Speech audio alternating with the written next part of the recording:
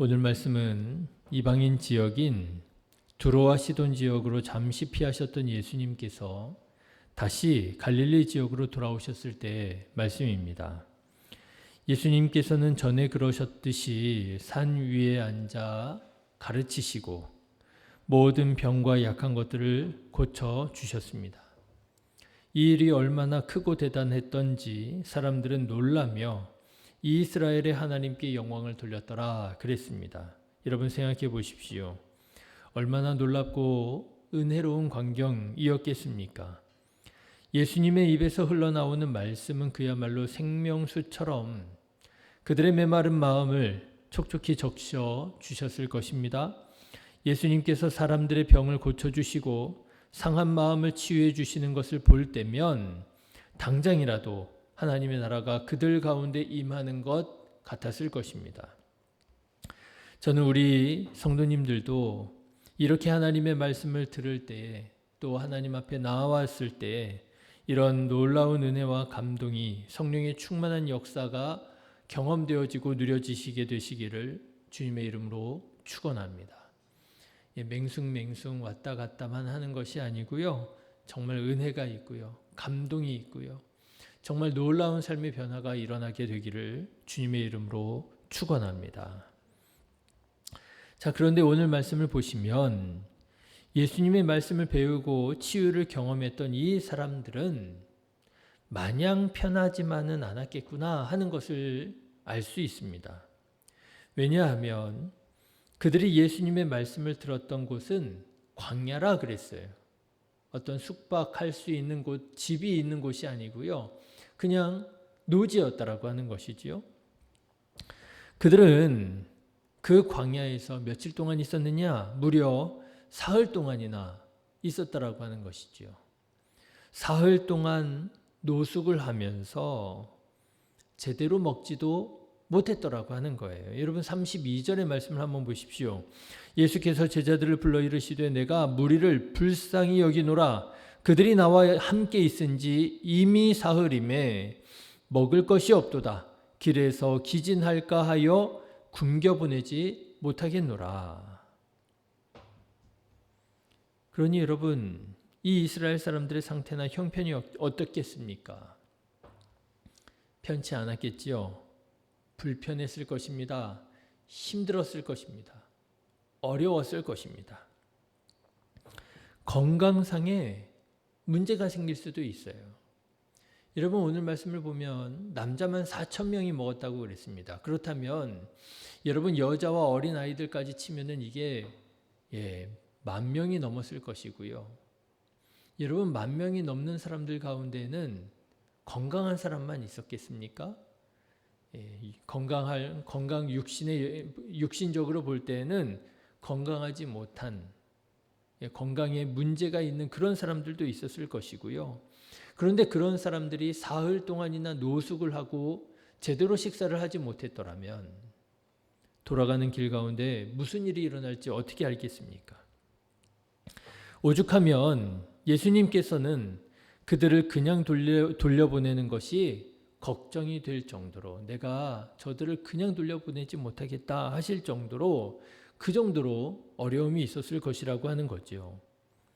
실제로 당시는 오늘날처럼 도로가 발달되어 있거나 어디를 가든지 무슨 숙소, 잘만한 곳이 있거나 어디를 가든지 사 먹을 수 있을 만한 식당이 있었던 곳이 아니었지 않았겠어요. 그것도 10,000명이나 되는 사람들이 모여 있는데요.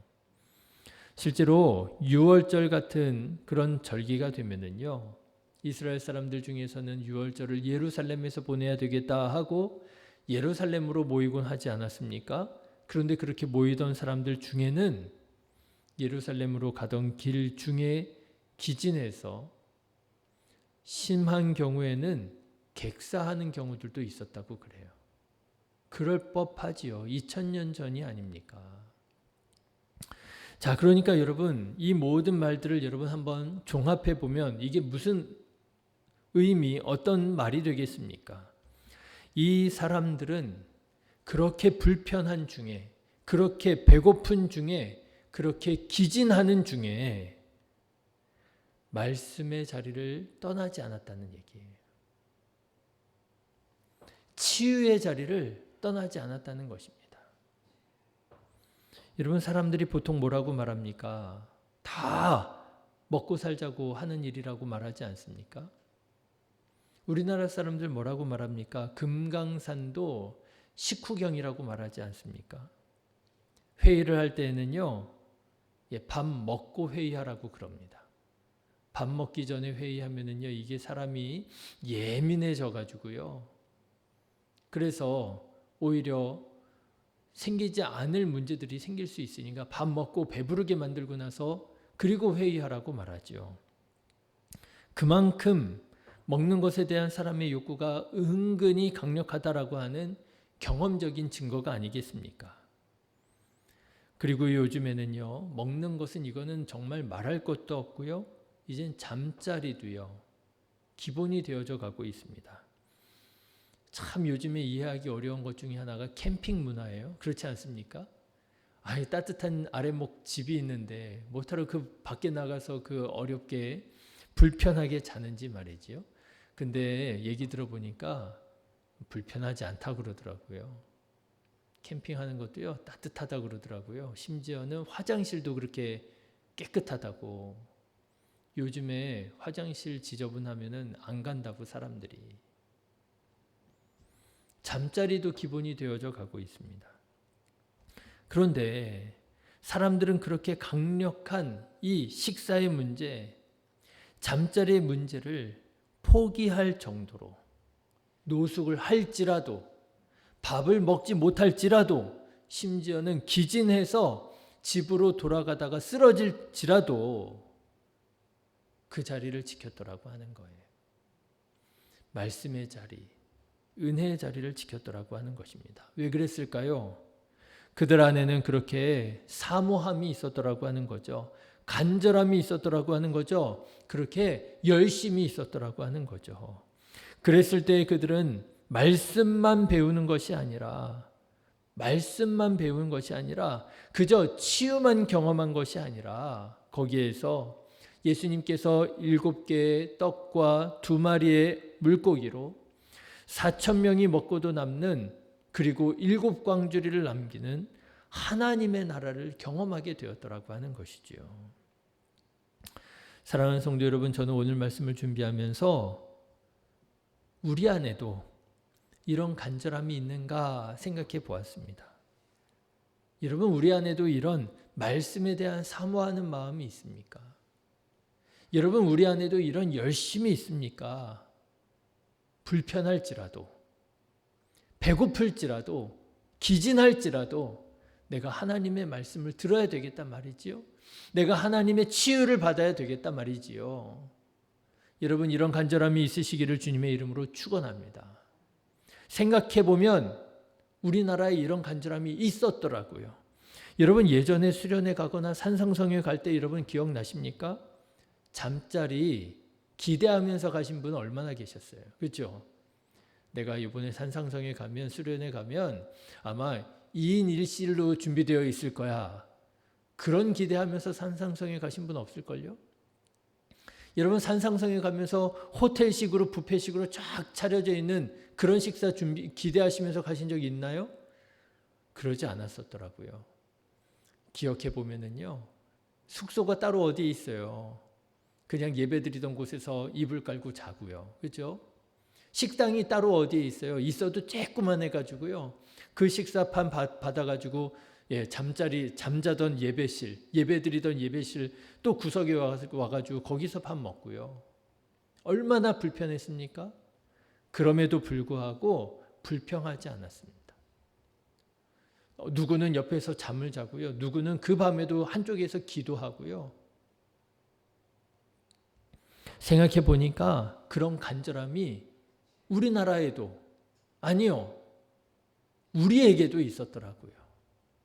그런데 세월이 참 많이 좋아졌습니다. 한국이 많이 발전했습니다. 이제는 말씀드렸던 것처럼 이거 잠자리는요, 이거 뭐 보통 중요한 게 아닙니다. 식사는요, 이거 너무나도 중요한 문제가 되었습니다. 그래서 이런 것들이 갖추어져 있지 않으면 산상성회가 안 되더라고 하는 것 아닙니까? 수련회를 못 가더라고 하는 것 아닙니까? 산상성의 수련에 맞는 문제가 아니지요. 예배 시간도요. 시간이 조금만 넘어도 문제가 되잖아요. 설교가 길었니 짧았니. 한 주에 1시간 예배를 드리는 그 시간에 조금만 시간이 넘어도 좌불안석이잖아요. 아우, 예배 끝나고 내가 약속 잡아놨는데 약속 시간 늦을 것 같다고. 왜 목사님은 시간을 안 지키느냐고. 간절한 마음, 사모하는 마음, 열심으로 하나님의 말씀을 듣고자 하는 이런 마음, 여러분 이런 간절한 마음이 다시 회복되시기를 주님의 이름으로 축원합니다. 그럴 때 말씀을 들을 때 은혜가 되고요. 그럴 때 예배를 드릴 때 그 예배에 감동이 있고요. 하나님의 임재를 경험하게 되고요. 하나님의 은혜를 누리게 되고요. 그래서 우리 모두가 이런 하나님의 나라를 경험하게 되어지는 신앙생활 다시 이루어가며 다시 부흥의 은혜를 써가는 우리 신의교회 모든 성도님들 다 되시기를 주님의 이름으로 축원합니다. 기도하겠습니다.